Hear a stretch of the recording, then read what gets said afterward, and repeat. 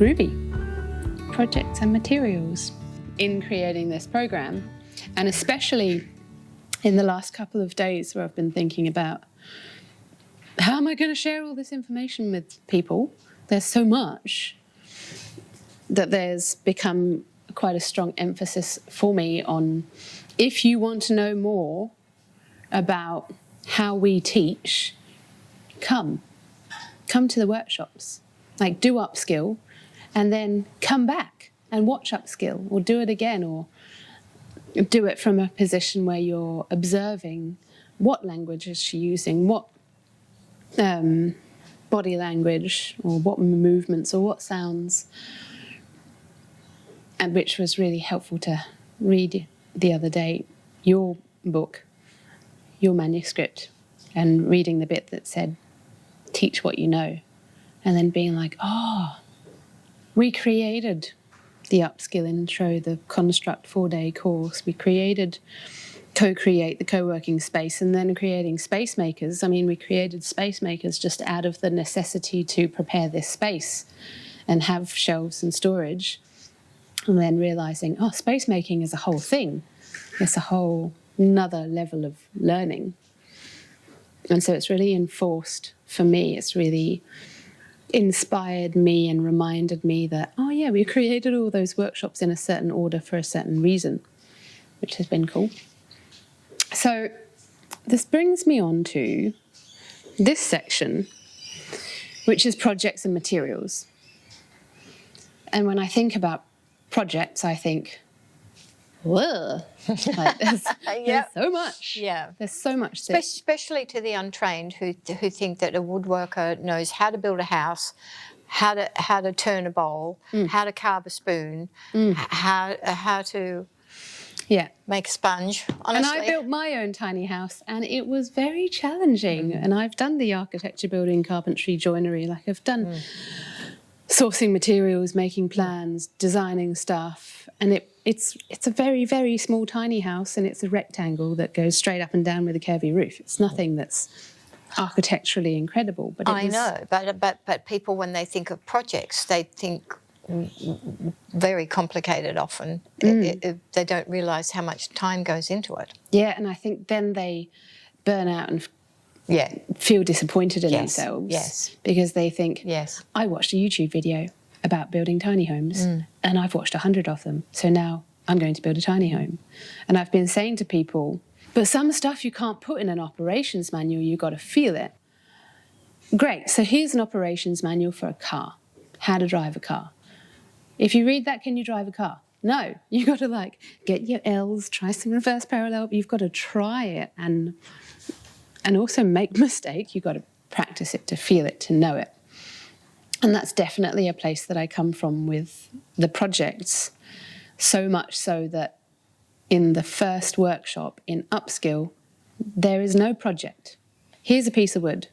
Try measuring it, try marking it, try sawing it, and to have no attachment to, is this good or bad or right or wrong, or am I doing is this okay, does it matter, am I going to break something or damage something, or am I going to waste this piece of wood? It's really just like, here's a piece of wood, it came off a pallet, don't worry about it, and just play at first and just feel things out. Try put a screw in, how did that work? Try this piece of timber, how did that work? Oh, that's soft and that's hard. Okay, which is why we created the courses in this order. Yes. So with Upskill, there is no project. In Construct, which is the 4-day comprehensive tool training. Which follows Upskill. So we're like, great, you've done Upskill, measuring, marking, squaring, and sawing by hand, and then screwing screws in with a drill, drilling holes with a drill, and then also screwing screws in with an impact driver. So that we've learnt those tools. To move on from that into Construct, they're actually constructing a project. We've designed the project with a very specific idea of the parameters that this particular project is going to offer to people, so that when they're building, it's a little table. It's this little table. This is one of them.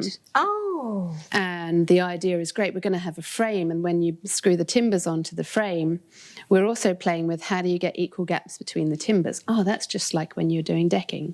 And when you build the frame, it's like, oh, that's just like when you're building a frame for a house. So that we can use this project to play with something that's small and manageable. People always want to know what they can do with the skills that they've got. And this is fantastic that you're referring all the way through where it's not at the overwhelming at the end where you say, okay, well, what you just did will lend itself to this, this, this, and this. You're doing it as you go. Yeah, that's genius. I love that. And also within the cutting list, well, this is a set height, that's a set size, but this could change. So we might write on the cutting list, you know, maybe 400 to 500 mil. We'll decide after cut the length. You know? So will I describe how I describe a cutting list in my workshop? Please. Because I do get those blank looks. So I say a cutting list, firstly I say a cutting list is your passport to freedom. That you will never be stuck with a magazine and trying to convert inches into millimeters. And it's like a recipe. It's like a recipe with all the components measured just right. And it also, in terms of the materials, it's all recycled materials that we're using. So what we start off with is pallets, because I want to introduce students to materials that are very accessible. And I also love reinventing our ideas around waste. And the idea is that they learn the tools on this predetermined project so that they can understand the parameters of the tools, of themselves, and also, I think, discover that was quite complex. And that's just a table. Maybe I'm not going to go ahead and just go hell for leather building a tiny house and then get overwhelmed and feel disappointed in myself. Maybe I'm going to take a bit of time to practice these skills in other contexts, or I'll jump into that person's tiny house, build with them and get a little bit of work experience. Because once you know how to do the decking, you can go to Bob's place and help Bob do his decking. And that's where I'm really interested in this networking, because once we have a skill, we can put it to use, practice it, and build our confidence in it. We have our Space Makers workshop, which I'd like to make reference to, because once people have done upskill and construct, and sometimes even before they do construct, sometimes they can't get into it, construct workshop until then, and we have a list of tasks of things that we're making for this space that they can participate in, and with the list of tasks we say these are the tools you'll be using for this task. So if they're putting up shelves, it's like, great, you're going to use a drop saw, probably a sander, you're going to use drills and drivers with screws, and you're also going to be using brackets. Oh, that's metal, not timber. Now we've got a new material that we're bringing in. And you've taught every single one of these people in upskill that come to Space Makers, so you know their level and you know them. I think that's really important. And what I do is I create a huge task list so that they can pick. I say, this is a huge task list. It's not all of the things to get done today. It's all of the things that we can do over the course of the next however many months. But I want you to pick something that you look at and go, oh, that would just push me, or that's where my comfort level is today. What it requires from me as the teacher or as the host of that space is pre-planning. That's do what we my have next brackets? question was. Do we have, do we have all the tools that they need? And the other beauty of that workshop is because it's a bit of a maintenance day and the hardware store's around the corner, we've also got things on that to-do list, which is change the table saw blade, go and buy some more drill bits. How much teaching do you do in Space Makers? Lots. So if you're trying to put up a shelf and somebody's doing something over here, making a workbench or whatever, will you say, hey, I'm now showing someone how to drill into metal? Does anyone want to see that? Does anyone want to check? Yeah, that's really helpful actually, when I can gather people in to just observe and become more familiar with things that they might not necessarily be doing and practicing, but they go, oh, I might like to try that next time. And then I can think, oh, what other jobs have we got that they can be doing that? I was thinking about all the stuff in this space, and we've talked about this sense of belonging that people feel because they've made it all together. But the thing that gets me about the belonging and the item that we've built is I remember putting up that shelf with that person and the conversation that we had, you know. So this space holds all these wonderful memories with people. After construct, then we invite people to do, we've got these 2 workshops that we invite people to do. One is co-create, which is a co-working space where they do design their own project. And we encourage them to do what we call a project planning session, to think it through from start to finish. What are the materials? Are they going to suit the needs of what I'm building? Are they going to be strong enough? Are they going to be appropriate? What's the cost? And then plan all of the tools as well that they'll be using. And that's quite a big step when they come to build their own project. So in that project planning session, I'm gently trying to offer some parameters so that they're not jumping in the deep end. So I can say, that's a great idea, let's start here. And I feel that when I did your workshop, it was like, I'm creating my own project, but I really felt the parameters of, well, we're wanting to teach these specific skills, so there are parameters to this project. And I wonder how you came up with that. I came up with that through what was the leading part, was wanting to teach the joinery. And how does that lend itself in a project? Going to be big, going to be small. The wider the wood, the longer the joint, the harder it is to be accurate. And then I wanted them to have some sort of their own personality in their small project, which was a shelf or a box idea. I've still got mine. And and I wanted them to have their own personality, so it meant that they could do their own dimensions and they could put the dividers or the interior where they wanted, what was pleasing for them. I wanted the wood to speak to them. I wanted no matter if they were a bit slower, then I knew that person could finish their project. So it's been honed specifically for the success of the student. I was writing this yesterday for the online course and I thought, I think that's Pat's word. To invite people to think about. Yes. Or I'd taken it from, I'd heard it from you or read it from you.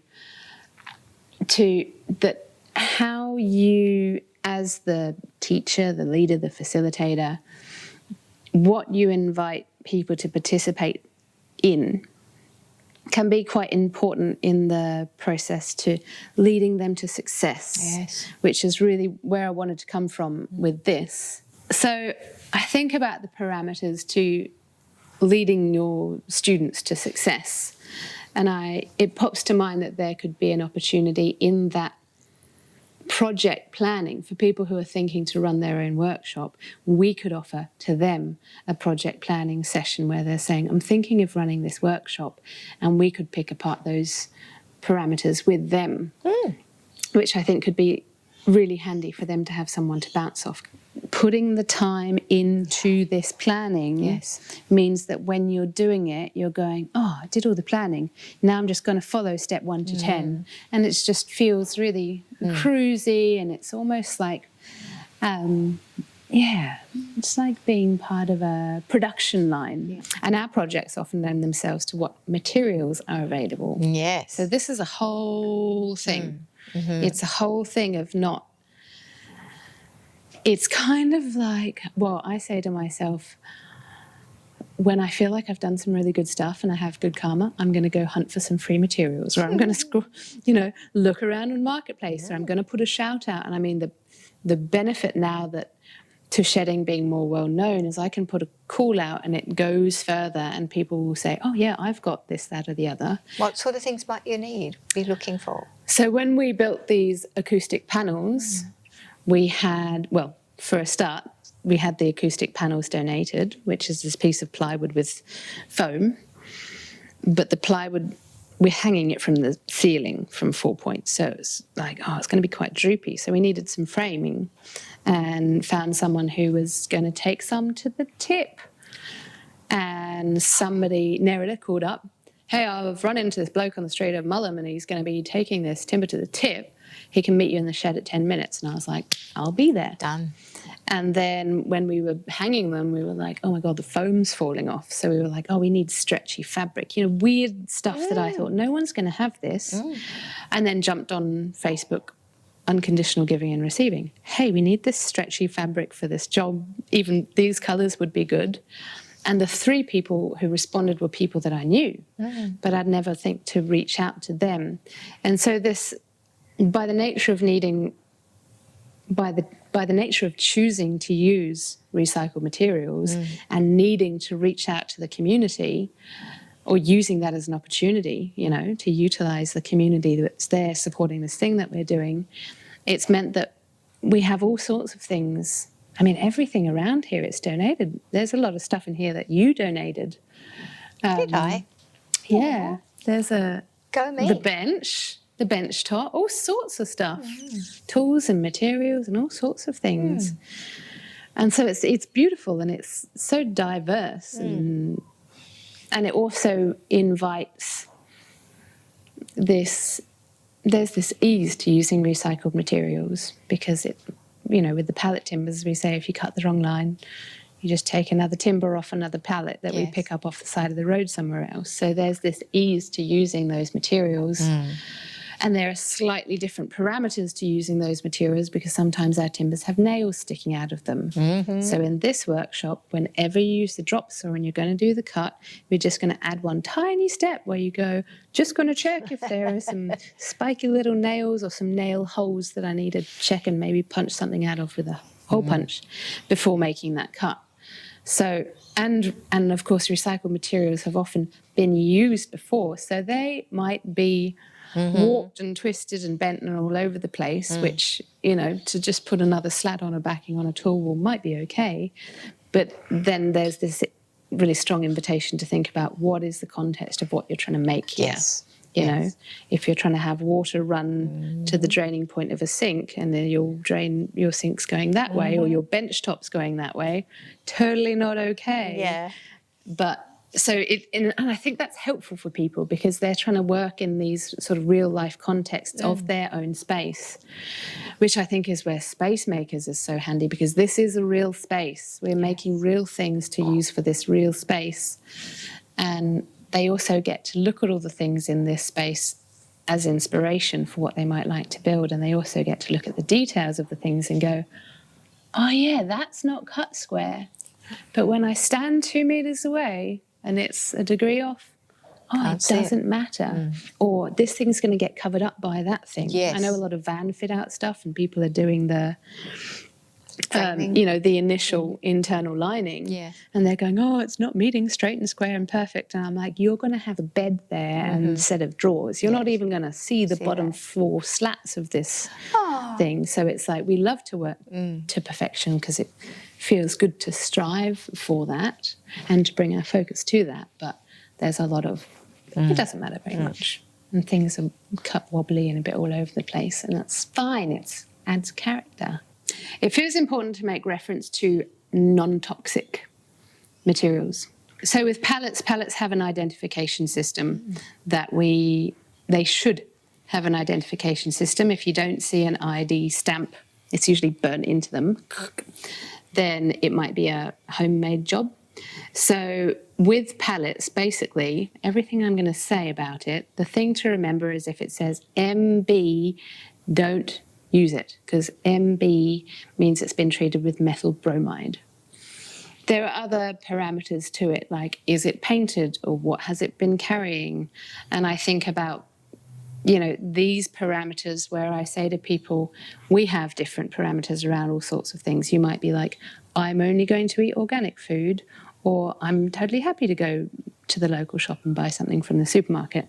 So I say to people, take responsibility for yourselves with these things. In this workshop, we're using non-toxic and chemical-free pallets. So we might have KD, which is kiln-dried, or DB, which is debarked. And you can basically go to Google and go palette identification stamps. So that's, again, where I really recommend to do research around things. We also won't use chipboard, we won't use MDF, we won't use treated pine. It's all chemical free. And then in some contexts, I think about, great, well, if you're going to build something that you've got some recycled treated pine that you're just going to screw together for a fence over there. You're not going to sand it. You're not going to cut it. You don't need to worry about these things so much. Cool, your parameters might change. So I do like to give people the sort of ownership and responsibility to make their own decisions in their own environments. And in this space, we say we are using chemical-free, non-toxic, sustainable and recycled materials, because we don't want to have materials made for us. We want to go and get stuff that's waste, that somebody sees no value in, and now we're going to give it value again. So I think that's my little blurb on that one. I like that very much.